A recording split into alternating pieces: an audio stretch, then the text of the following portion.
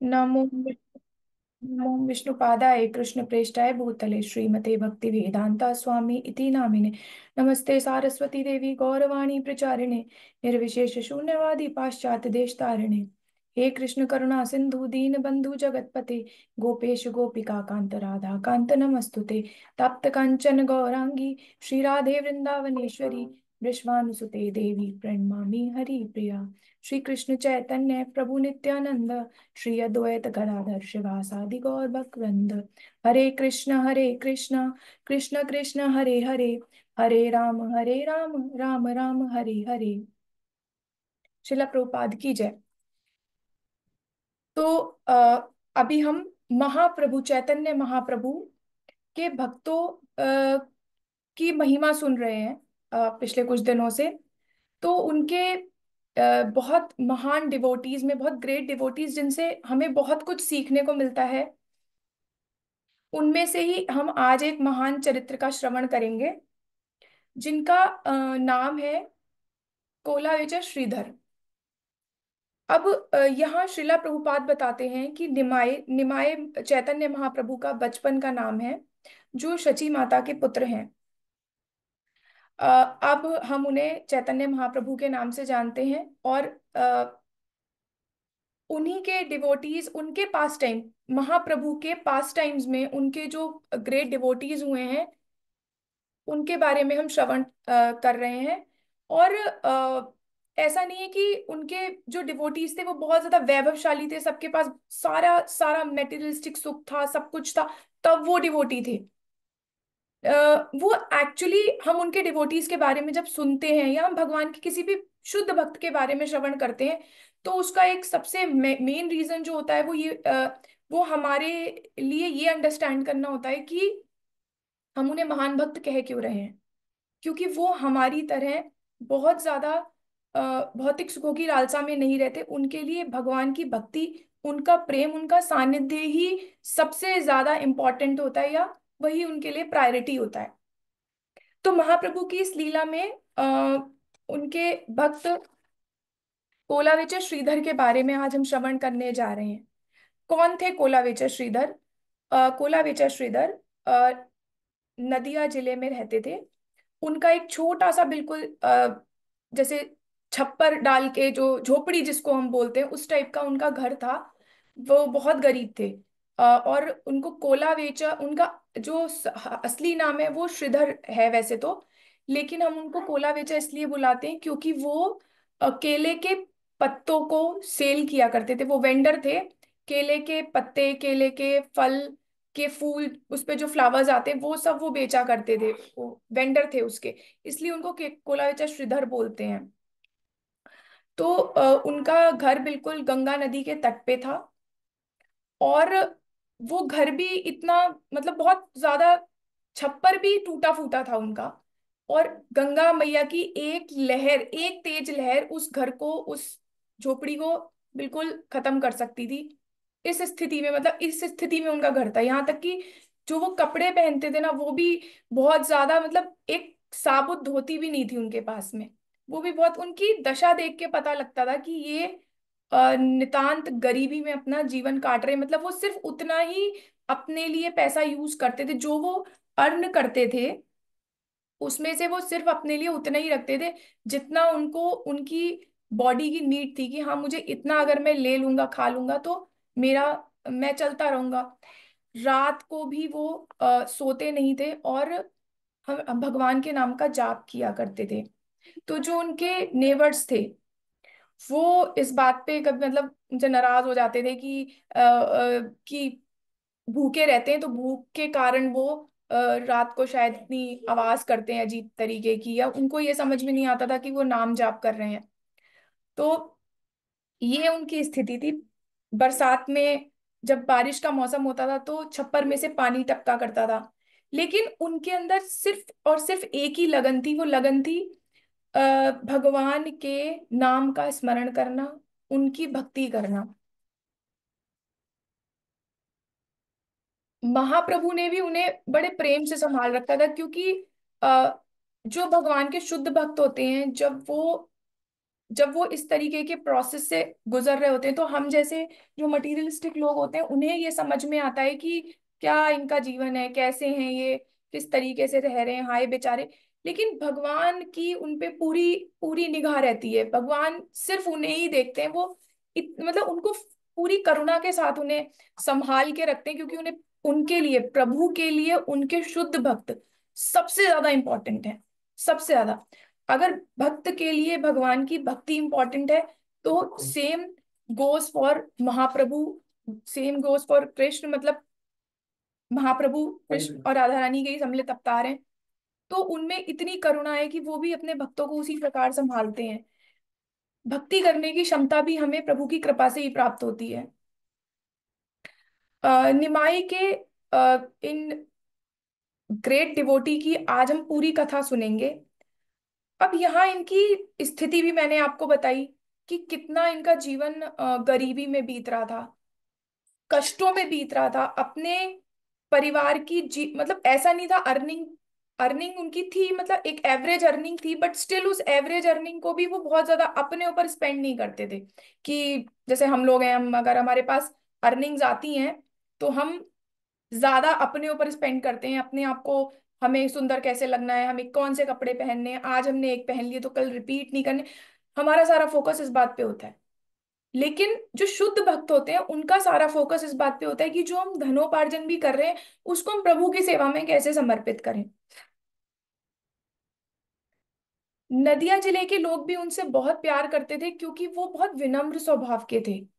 और गंगा मैया के तट पे रहते थे वो, तो जो भी उनकी इनकम्स आती थी वो, उसमें से हाफ इनकम जो है वो गंगा मैया की साफ सफाई और उनको मेंटेन करने में स्पेंड किया करते थे।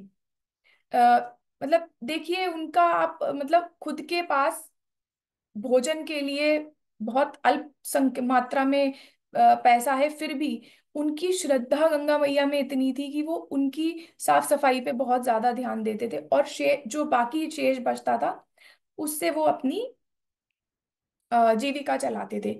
अब उनसे केले के पत्ते खरीदने और फूल खरीदने के लिए नदिया जिले के लोग आया करते थे। तो निमाय, अब निमाय जब, मतलब महाप्रभु जब छोटे थे, जब उनको हम निमाय के नाम से जानते थे, जब उनकी माता ने निमाय नाम उनका इसलिए रखा था, हम लोग जानते हैं सब वैसे तो, कि he was born under a neem tree, तो उनको हम निमाई बुलाते थे। बचपन में महाप्रभु को सब निमाई बुलाते थे। और निमाई उनके पास आते थे और कोलावेचर से लीव्स खरीदते थे। लीव्स खरीदने के बाद जब वो, मतलब बार्गेनिंग करना स्टार्ट कर देते थे, जो भी प्राइस कोलावेचर ट्रेडर कोट करते थे, महाप्रभु उनको बोलते थे कि नहीं, मुझे इससे हाफ रेट में ही ये चीज आपसे चाहिए, ये लीव्स आपसे चाहिए। तो वो बोलते थे कि मैं, आपको पता है कि मेरे पास बहुत धन नहीं है, मैं अगर इसको भी, और मैं कभी भी बहुत ज्यादा एक्स्ट्रा मनी चार्ज नहीं करता हूँ, बोलता भी नहीं हूँ एक्स्ट्रा मनी के लिए। अ, श्रीधर की एक खासियत ये थी कि वो जो अपना, मतलब जो लीव सेलिंग का जो काम करते थे उसमें वो बहुत ज्यादा बेनिफिट नहीं लेते थे, प्रॉफिट बहुत ज्यादा नहीं लेते थे। बहुत रीजनेबल प्राइस पे वो सबको केले के पत्ते और ये फूल वगैरह दिया करते थे। तो वो निमाई को रिक्वेस्ट करते थे कि प्लीज आप ऐसा मत करो, मैं फिर मेरे पास क्या बचेगा ना, मैं, और बहुत बहुत पोलाइट टोन में, मतलब ये नहीं कि लाइक जैसे हम लोग अगर बार्गेन करने, अगर हम लोग मार्केट जाते हैं शॉपिंग करने के लिए, तो हम वेंडर्स से बार्गेनिंग करते ही करते हैं। हमारी ईगो हर्ट हो जाती है अगर वो हमको हमारे रेट पे देने से, या अगर हम बोल देते नहीं भैया आप थोड़ा पैसा कम कर लो ना, तो उनको भी, वो भी बोल देते चलो आगे चलो, कहीं और से ले लेना। हम वेंडर्स के पास जाते हैं, या हो जाता है आर्ग्यूमेंट, हमें भी बुरा लग जाता है। लेकिन श्रीधर के साथ ऐसा नहीं था, वो इतने पोलाइट थे अपने, मतलब वो निमाई को बहुत रिक्वेस्टिंग वे में बोलते थे कि मेरे पास ना इससे ज्यादा है नहीं, कुछ बचेगा नहीं, फिर मैं कैसे अपनी जीविका कैसे चलाऊंगा। बट स्टिल निमाई कहाँ मानने वाले थे, वो जिद पे अड़े रहते थे, नहीं मुझे ये हाफ रेट में ही चाहिए, जो मैंने कोट किया है आप उस पे दो, और मैं वो वाले पैसे नहीं दूंगा जो आप मांग रहे हो। तो वो बहुत पोलाइटली, बहुत थोड़ी बहुत देर उनसे बात करने के बाद में वो एग्री हो जाते थे श्रीधर, और निमाई को जो वो पत्ते मांगते थे वो दे देते थे उन्हीं के प्राइस पे, और निमाई वहां से खुशी खुशी चले जाते थे। तो इस तरीके से अब यहाँ भगवान खुद कहते हैं, भगवत गीता के चैप्टर 8 वर्स 8 में भगवान ने कहा, अहम सर्वस्य प्रभो मता सर्व प्रवर्तिते इति मत्वा भजन्ते माम बुधा भाव समन्विता। वो ये कहते हैं कि मैं ही हर चीज, मतलब मेरे से ही सब कुछ क्रिएट हुआ है, I am the origin of all creations, सारी चीजें मेरा ही विस्तार है। जो बुद्धिमान हैं, जो चतुर हैं, वो इस बात को बहुत अच्छी तरीके से जानते हैं और मेरी साधना पूरी लगन और पूरे ट्रस्ट के और पूरे डेडिकेशन के साथ करते हैं। ये आदत जो बार्गेनिंग की हमारे अंदर आई है, शायद ये भी हमने उधर महाप्रभु से ही ली है। बट इसमें एक अंतर है। अंतर ये है कि जब महाप्रभु अपने भक्तों से बार्गेन करते हैं तो वो भक्त को बेनिफिट कर रहे होते हैं, लेकिन जब हम उस काम को हम बहुत छोटे जीव हैं, हमारी बुद्धि का स्तर उतना नहीं है, हम ये तो मान लेते हैं कि हम भगवान का ही अंश हैं और हम उन्हें कॉपी करने की कोशिश करते हैं, बट हम भगवान नहीं है ना, हम वो हो सकते। हम उनके बहुत बहुत छोटे सेवक हैं। तो हम उनसे, उनके अंश जरूर हैं, उनकी अच्छाइयों को हमें सीखना चाहिए। उनका गलत तरीके से इस्तेमाल करना हमारे लिए गलत होता है। हम उस चीज को गलत तरीके से यूज करने लगते हैं। जैसे हम जाते हैं लोकल वेंडर से बार्गेनिंग करने लगते हैं, हम एक बार भी ये नहीं सोचते कि वो कितने गरीब हैं, उनका उनकी जीविका इसी से चलती है, why we are bargaining with them. हम उनको उनके रेट दे सकते हैं, हम अगर इतने सक्षम हैं तो हम उन्हें दे सकते हैं, क्योंकि हम मॉल्स में जाकर भी बहुत सारी शॉपिंग करके आते हैं, वहां हम कोई बार्गेनिंग नहीं करते, बिकॉज वहां पे हमारा एक स्टैंडर्ड और एक क्लास हमें दिखाना होता है। बट लोग जो लोकल वेंडर्स होते हैं, उनसे, ये ठेले वाले और इन सब से हम लोग बार्गेनिंग करने लगते हैं। तो यहाँ हम ये तो समझ रहे हैं कि हम भगवान के ही अंश हैं, बट हमें ये भी समझना चाहिए कि भगवान करुणा के अवतार हैं, वो कभी अपने भक्तों को कष्ट नहीं देते। आगे इस कहानी में हमें ये पता लगेगा कि भगवान की, महाप्रभु की इस बार्गेनिंग में भी श्रीधर का भला उन्होंने कैसे किया, जिससे कुछ श्रीधर भी अनभिज्ञ थे, उन्हें पता ही नहीं था। वो बिल्कुल लाइक कंप्लीटली डेडिकेटेड होके भगवान की, गंगा मैया की सेवा करते थे, नाम जाप करते थे, और निमाई के साथ में उनका ये लेन देन उनको बहुत अच्छा लगता था, उनको भी आनंद आता था इसमें और निमाई को भी बहुत आनंद आता था। तो वो उनकी प्रसन्नता के लिए सब कुछ कर रहे थे। तो आगे बढ़ते हैं।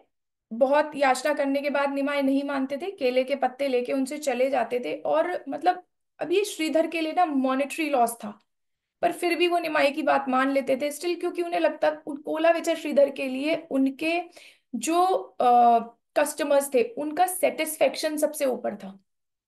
सबसे ऊपर उनका सेटिस्फेक्शन था कि जो भी आए वो सेटिस्फाई होके जाए। इसीलिए नदिया जिले के सारे लोग उनसे बहुत प्यार करते थे, उनके स्वभाव के कारण। नहीं तो अगर हम कोई बिजनेस करने बैठते हैं ना, तो हम सिर्फ अपना फायदा देखते हैं कि संबंध रहे या ना रहे, बट हमारा पैसा हमारे पास आना चाहिए, that is more important for us. But भगवान के लिए और उनके शुद्ध भक्तों के लिए money is not important. Satisfaction, relations, ये सब बहुत ज्यादा मैटर करते हैं कि उनका भगवान के साथ क्या संबंध जुड़ रहा है, उसको वो ज्यादा विचार करते हैं, रेदर देन कि पैसे का बेनिफिट उन्हें कितना हो रहा है। अब जब भगवान चैतन्य महाप्रभु की महाप्रकाश लीला हुई, जब भगवान चैतन्य महाप्रभु ने महाप्रकाश लीला में श्रीवास ठाकुर के घर में, महाप्रकाश लीला में जब उन्होंने एंटर किया, वहां महाप्रभु ऐश्वर्य भाव में थे। ऐश्वर्य भाव मीन्स वहां वो संपूर्ण भगवान का उन्होंने भाव अपने अंदर लिया था, वो विष्णु के आसन पे विराजमान थे। विष्णु के आसन पर सिर्फ भगवान, सिर्फ सिर्फ कृष्ण भगवान ही बैठ सकते हैं।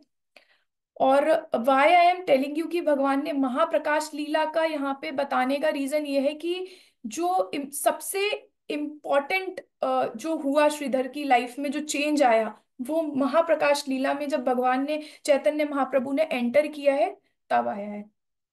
तो जब श्रीवास ठाकुर के घर में महाप्रकाश लीला में जब भगवान चैतन्य महाप्रभु ने एंटर किया, और उन्होंने वहां पे उनके गले में एक माला पड़ी हुई थी, नित्यानंद प्रभु भजन गा रहे थे, उनकी आरती चल रही थी, सारे भक्त पूरी खुशी में नाच रहे थे। पहली बार महाप्रकाश लीला में फर्स्ट टाइम महाप्रभु ने अपना ऐश्वर्य भाव प्रकट किया था। उन्होंने भक्तों को ही दिखाया था कि वो श्री राधा रानी के और कृष्ण भगवान के अवतार हैं, वो स्वयं भगवान है। और वो लीला 22 घंटे तक चली थी। उसमें उन्होंने अपने सभी भक्तों पे बहुत करुणा करी, बहुत कल्याण किया, सबको बुलाया। चाहे वो अ, जितने भी उनके भक्त थे, सबको, श्रीधर गदाधर पंडित को, सबको, सब आए थे वहां पर। तो उससे पहले महाप्रकाश लीला में एंटर करने से पहले अगर कोई चैतन्य महाप्रभु को ये बोल देता था, निमाय आप तो विष्णु हो, तो आप तो स्वयं भगवान हो, तो वो क्या करते थे, अपने कान बंद कर लिया करते थे। और वो कहते थे नहीं नहीं नहीं, मुझे मतलब उनको सुनना भी पसंद नहीं आता था कि कोई उनको ये बोले कि आप भगवान हो। वो ही वांटेड कि मैं I am a normal person, मैं जैसे आप हो वैसे हो ना, मैं भी भजन गाता हूँ, मैं भी कीर्तन करता हूँ। तो वो अपने आप को दासानुदास के भाव में रखते थे। बट यहाँ पे भगवान ने अपना ऐश्वर्य भाव दिखाया, उन्होंने दिखाया कि यस आई एम गॉड, मैं ही सब कुछ हूँ। ठीक है। तो उन्होंने अपने सारे डिवोटीज को, सारे भक्तों को बुलाया और सब पे करुणा करनी उन्होंने स्टार्ट करी। सबको कुछ ना कुछ उन्होंने आशीर्वाद देने शुरू करे। हाँ, तुमको क्या चाहिए, तुमको क्या चाहिए। तो जिसका जो भाव था उसने, ऑब्वियसली भक्तों का भाव सम और दी अदर वे, या किसी ना किसी रूप में भगवान से भक्ति और उनका सानिध्य प्राप्त करना ही होता है, जो कि उनके सारे डिवोटीज ने किया। अब महाप्रभु ने अपने भक्तों से बोला कि आप जाओ और श्रीधर को बुला कर लेके आओ, कोलाविचर श्रीधर को बुला के लेके आओ। तब तक किसी को नहीं पता था कि कोलाविचर श्रीधर हैं कौन। तो महाप्रभु ने उनको बताया कि आप वहां जाओ, गंगा के तट पे उनका एक ऐसे टूटा फूटा छप्पर है, आप लेके आओ उनको वहां से बुला करके। तो वो उनके डिवोटीज वहां पहुंचे और उन्होंने कोलाविचर श्रीधर को बोला कि आपको महाप्रभु ने बुलाया है। तब तक श्रीधर भी इन चीजों से बहुत अननोन थे कि मतलब ये सब क्या है, क्यों, मुझे कौन क्या।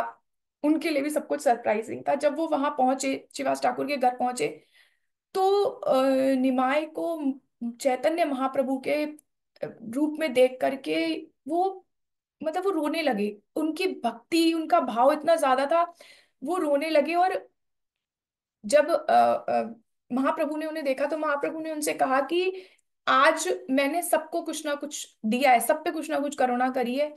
श्रीधर आप भी मेरे से कुछ मांगो, आपने भी मेरा सेवा की है, आप भी मेरे शुद्ध भक्त हो, आप भी मुझसे कुछ मांगो। तो श्रीधर वॉज लाइक कि मैं क्या मांगू, मैं आपसे कुछ नहीं मांग सकता। तो महाप्रभु ने उनसे कहा, आपके पास धन नहीं है, आप टूटे हुए छप्पर में रहते हो, और गंगा मैया की एक लहर आपके घर को गिरा देगी, आपके वस्त्र भी आपके पास ढंग से नहीं है पहनने के लिए, आप मुझसे धन ले लो। तो वो कहते नहीं, मैं धन का क्या करूंगा, मुझे क्या करना है, मेरे मैं जो जितना मेरे पास है उसको, उसका मैं यूज करता हूँ और मेरी जीविका चल रही है और मैं हरि नाम में मस्त हूँ। तो उन्होंने धन लेने से उन्होंने बहुत फोर्स किया कि नहीं, ले लो भाई, कुछ तो ले लो। उन्होंने मना कर दिया, बोले नहीं, मुझे नहीं चाहिए। फिर उन्होंने उनसे और भी डिमांड्स रखी, अच्छा ठीक है, मैं तुम्हें कहीं का राजा बना देता हूँ, या मैं तुम्हें ये इतना लैंड दे देता हूँ, जैसे उन्होंने कोशिश करी। बट नहीं, श्रीधर ने सब कुछ मना कर दिया कि नहीं, मुझे कुछ भी नहीं चाहिए, I don't want all this. तो वो रोने लगे, श्रीधर रोने लग गए। उनकी मतलब जो भक्त होता है उसका भाव ही होता है, जब भगवान उससे कहते हैं ना कि तुम मुझसे, जब भगवान उसको खुद मेटेरियलिस्टिक चीजें देना चाहते हैं ना, तो उसको दुख होने लगता है। इसका ही एक सेम एग्जाम्पल हमने कृष्ण लीला में भी सुना है। जो फ्रूट सेलर जो भगवान के घर में फ्रूट्स देने आई थी, और उसके बदले में जब उन्होंने उसको बहुत सारा गोल्ड और डायमंड्स दिए थे, तो उसने जाके उनको यमुना मैया में फेंक दिया था। और कृष्ण भगवान से बोला था कि आपने मेरी भक्ति को इससे तोल दिया। तो भक्तों का भाव कुछ इस तरीके का होता है कि वो मेटीरियलिस्टिक चीजों से अपनी भक्ति को भगवान का तोलना भी पसंद नहीं करते हैं। तो कोलावचर श्रीधर ने मना कर दिया, बोले नहीं, मैं प्लीज नहीं, मुझे कुछ नहीं चाहिए, आप मेरे को इन चीजों के लिए इंसिस्ट मत करो, क्योंकि मैं ये ले ही नहीं सकता। महाप्रभु ने कहा, फिर आप क्या चाहते हो, मैं आपको कुछ देना चाहता हूँ। आपने मेरी सेवा करी है, मेरी पुत्री की सेवा करी है। तो श्रीधर सोचते हैं, बोले पुत्री की सेवा करी है, तो उनको कुछ समझ में नहीं आता कि मतलब ये क्या बोल रहे हैं ये। तो वो कहते हैं कि याद है जब मैं आपके पास आपसे लीव्स लेने आता था, तो मैं आपसे कहता था कि ये जो गंगा मैया है ये मेरी बेटी है और आप इनकी सेवा करते हो। तो श्रीधर उनकी बात को ना बचपने में ले लेते थे कि ऐसी बच्चा बोल रहा है, ऐसी बोल रहा होगा। जब उनको ऐश्वर्य भाव में जब देखा श्रीधर ने, तब उनको समझ में आया कि अरे ये तो स्वयं कृष्ण का अवतार है, भगवान है। तो उन्होंने बताया कि इसलिए मैं कहता था, महाप्रभु ने तब उनको बताया, इसलिए मैं कहता था कि जो ये गंगा मैया है ये मेरी पुत्री है, और तुम उनकी सेवा करते थे। उस जो धन तुम कमाते थे उससे तुम उनकी सेवा करते थे, उनकी साफ सफाई, उनको मेंटेन रखने में उस पैसे को यूज करते थे, और बाकी समय तुम मेरा नाम स्मरण करते थे। तुम्हारे मन में किसी प्रकार का कोई लालच भी नहीं था। जब भी मैं तुम्हारे पास आता था, मैं रोज तुमसे बार्गेन, महाप्रभु रोज आते थे उनके पास में लीव्स खरीदने, रोज उनसे बार्गेन करते थे। तो मैं तुमसे जब बार्गेनिंग करता था, तब भी तुम बहुत प्यार से मेरे से डील करते थे। तो मैं तुमसे बहुत प्रसन्न हूँ, तुम मेरे शुद्ध भक्तों में से एक हो, तो तुम मुझसे कुछ मांगो। तो कुलविजय श्रीधर उनसे कहते हैं कि ठीक है, मैं आपसे एक निवेदन करता हूँ कि आपको अगर मुझे देना है तो हर जीवन, एक जीवन के बाद दूसरा जीवन उसके बाद जो भी लाइफ, मतलब जब भी मैं आऊं, जब भी मैं जन्म लूं, जब भी मैं अ, मतलब धरती पे आऊं, तब life time after life time आप मुझे बनाना लीफ सेलर ही बनाना, और आप मेरे यहाँ वो बनाना लीव्स खरीदने के लिए आना, और मेरे से बार्गेन करना, and I will give you everything in that 50% discount. मैं आपको 50% डिस्काउंट में वो लीव्स दूंगा। ये आपका संबंध मेरे से जीवन आफ्टर लाइफ बना रहे, हर जीवन में बना रहे। तो कितना शुद्ध उनका भगवान के प्रति प्रेम है कि उन्हें कुछ भी नहीं चाहिए। उनको पता है कि उनकी वो अपना जीवन कितने कष्ट से काट रहे हैं, स्टिल नेक्स्ट लाइफ में भी वो ये कह रहे हैं कि मैं बनाना लीफ सेलर बनूं, मैं गंगा नदी की से गंगा मैया की सेवा करूं, आप मेरे पास आना, आप मेरे से बनाना लीव्स खरीदना और मेरे से बार्गेन भी करना। सी द एक्सटेसी की वो कह रहे हैं कि नहीं, आप मेरे से बार्गेनिंग भी करना। क्या हम अपने आप को कभी सोच सकते हैं कि हम ऐसे हो सकते हैं कि हम भगवान से कहें नहीं आप आना 50% डिस्काउंट में मेरी शॉप से आप सामान खरीद के जाना, हम उनसे भी फायदा कमाने की ये सोचते हैं। इसलिए इन भक्तों का चरित्र हमारे लिए सुनना जरूरी है, जिससे हमें सबसे इंपॉर्टेंट चीज ये पता लगे कि अगर हम मटीरियलिस्टिक चीजों में उलझे रहेंगे तो हम भगवान की वो करुणा और वो प्रेम उनसे प्राप्त नहीं कर पाएंगे जो इन डिवोटीज को मिली है। अगर हम एक धूल के छोटे से कण के बराबर भी प्रभु की इस भाव से सेवा कर लेना, तो इस कलयुग में चैतन्य महाप्रभु का प्राकट्य हम जैसे जीवों का उद्धार करने के लिए ही हुआ है। उनके भक्तों की जब हम कथाएं सुनते हैं तो हमें समझ में आता है कि उनके भक्तों का क्या लेवल था, जहां तक हमारे लिए पहुंचना भी, मतलब आई मीन मेरे लिए पहुंचना इज नेक्स्ट टू इम्पॉसिबल। उनकी कृपा फिर भी हमें मिल रही है। कितने मर्सीफुल हैं चैतन्य महाप्रभु कि इस वो कलयुग में क्यों आए। द्वापर में कृष्ण के रूप में आए, उससे पहले भी उन्होंने अपने आप को प्रकट किया, पर यहाँ उनके कलयुग में उनके प्रकट होने का एक मेन रीजन ये है कि उनको पता है कि कलयुग का जो प्राणी है वो बहुत ज्यादा मेहनत करने वाला नहीं है।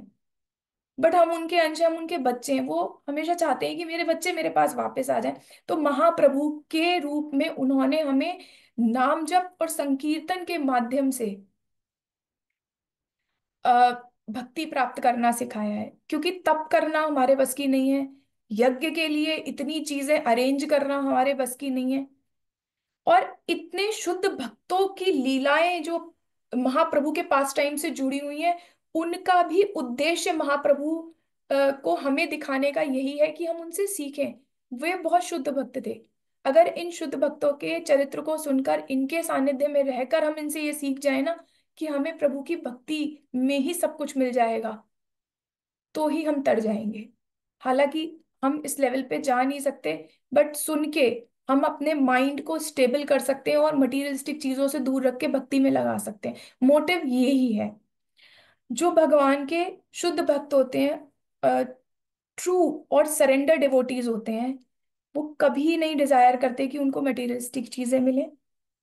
उनको सिर्फ और सिर्फ भगवान का एसोसिएशन चाहिए होता है, जो कि श्रीधर जी के चरित्र से हमें पता लगता है कि कैसे उन्होंने हर चीज को निग्लेक्ट करके सिर्फ और सिर्फ निमाय प्रभु का, महा चैतन्य महाप्रभु का सानिध्य ही उनसे मांगा। ठीक है। और उनके लिए भगवान की भक्ति, भगवान का नाम जाप ही सबसे ऊपर होता है, उनके लिए इससे ऊपर और कुछ भी नहीं होता। अ, प्रभुपाद कहते हैं कि कोलावेचर श्रीधर जो हैं वो महाप्रभु के पास टाइम्स में सबसे महत्वपूर्ण पात्र हैं, क्योंकि वो अ, एक ऐसे पात्र हैं जो भगवान की भक्ति में ही संतुष्ट हैं। उन्हें जीवन में और कुछ चाहिए ही नहीं, इच्छा नहीं है उनकी भक्ति के अलावा और कुछ करने की। जितने भी मटेरियलिस्टिक ऑपुलेंसेस हैं, उन उनसे वो अट्रैक्टेड नहीं है। जिस स्थिति में महाप्रभु ने उनको रखा हुआ है, उस स्थिति में वो इतने संतुष्ट और इतने खुश हैं कि उनको life time after life time वही चाहिए, वही रिपीटेडली वही चाहिए। लेकिन उसके उसमें उन्हें क्या चाहिए? महाप्रभु का साथ चाहिए, महाप्रभु साथ में होने चाहिए, बाकी उनको और कोई डिजायर नहीं है। एक छोटा सा मैं आपको रीजन बताती हूँ। वैदिक कल्चर के अकॉर्डिंग जो ब्राह्मण्स होते थे वो थोड़ा सा पॉवर्टी में रहना इसलिए भी पसंद करते थे, क्योंकि जब उनके पास, जिससे वो ये जो फॉल्स मेटेरियलिस्टिक ऑपुलेंसेस है ना, इनसे ज्यादा अट्रैक्ट ना हो। और कम मात्रा में उनके पास जब खाने पीने की चीजें होती थी तो उससे उनके शरीर में आलस्य नहीं बढ़ता था। बहुत ज्यादा खाने से शरीर में आलस्य की भी आलस्य बढ़ जाता है, जिससे साधना इफेक्ट होने लगती है। ये हम लोग भी कई बार एक्सपीरियंस करते हैं। I don't know, I have experience की बहुत ज्यादा से देन साधना इफेक्ट होने लगती है। कार्तिक में हम लोग अक्सर कोशिश करते हैं कि रात का हम या तो जल्दी खाना खा लें या थोड़ा लेट, मतलब स्किप कर दें, सो दैट सुबह जल्दी उठ के हम अच्छे से अपनी साधना कर पाए। तो कुछ भगवान भगवान के भक्तों से ये चीज हमने सीखी है कि अल्पाहार करके भगवान के स्मरण में ज्यादा अपना समय हम बिताएं। महाप्रभु के पास टाइम्स में, महाप्रभु की भक्ति में रहने वाले हर पात्र में एक एक स्पेशलिटी है जो एक्चुअली हमें भक्ति सिखाने, मैंने आपको पहले भी बताया कि जो हमें सिर्फ भक्ति ही सिखाती है। ठीक है। तो यहाँ पे मैंने आपको कोलावेचर श्रीधर का छोटा सा एक चरित्र सुनाया। प्रयास मैंने किया, लेकिन भगवान के, महाप्रभु के भक्त इतने महान हैं कि मेरे जैसा जीव उनकी महिमा का भी गुणगान नहीं कर सकता। तो इसमें मेरे से कोई त्रुटि हुई हो तो उसके लिए मुझे क्षमा कीजिएगा। और आगे प्रयास रहेगा कि अ, जितने बेस्ट तरीके से मैं आपको महाप्रभु के भक्तों की कथा सुना सकती हूँ सुनाती रहूँ। Thank you so much. Hare Krishna.